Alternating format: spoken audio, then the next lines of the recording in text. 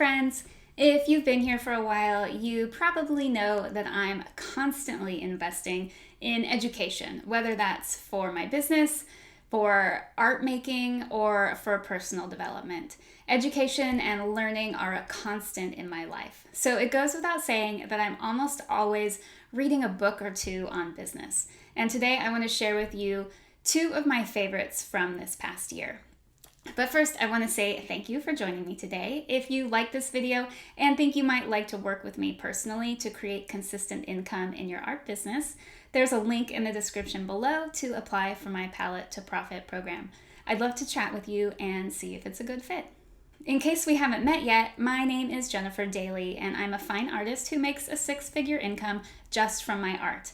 I'm also incredibly passionate about empowering other women to reach their own art business goals and have helped dozens of artists get focused and find success.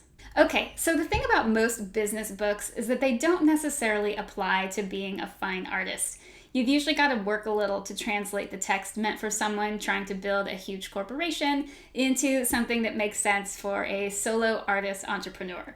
A lot of the times the recommendations feel too aggressive for me or require an energy that I just don't have. But this first book is the exact opposite of that.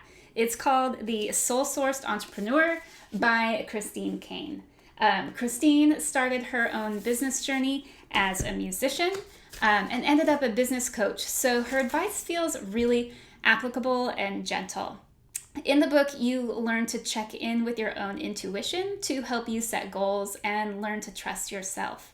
There's a very helpful decision filter to apply anytime you're having a hard time making a decision inside your business.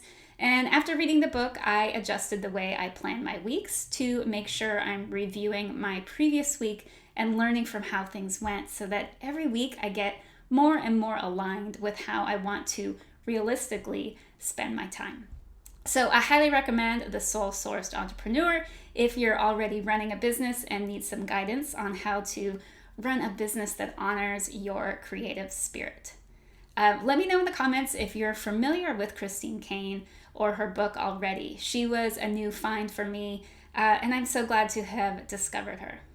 Okay, so the second business book I loved this year, I just read it. It's called 10X is Easier Than 2X, and it's by Dan Sullivan and Dr. Benjamin Hardy. This one isn't specifically written for creatives, but I had no trouble applying the concepts to myself and my own business. I think this book is great no matter what stage your business is in. There are so many new and refreshing concepts in this book. I highly recommend you read it. But the main concept of 10x being easier than 2x is that often increasing your growth by 2 times means that you're working twice as hard. But if you set your growth goal to be 10 times your current state, you can't possibly work 10 times as hard. You're going to have to develop new strategies, hone your focus, and engage others to help you, and basically become a new you in order to make it happen. So really, this is a great book for anyone who's feeling stuck or like they've plateaued in their business. There is so much more to it than that, but you're gonna have to read it for yourself.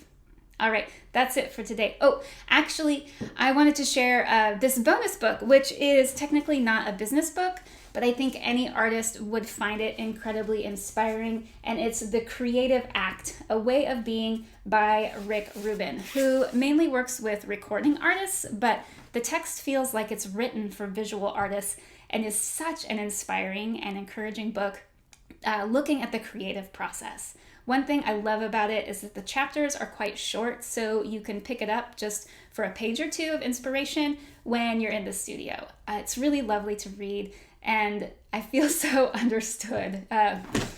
Okay, so really that's truly it for today. If you enjoyed this video, please like and subscribe. Doing so really helps the YouTube algorithm show this information to more artists like you.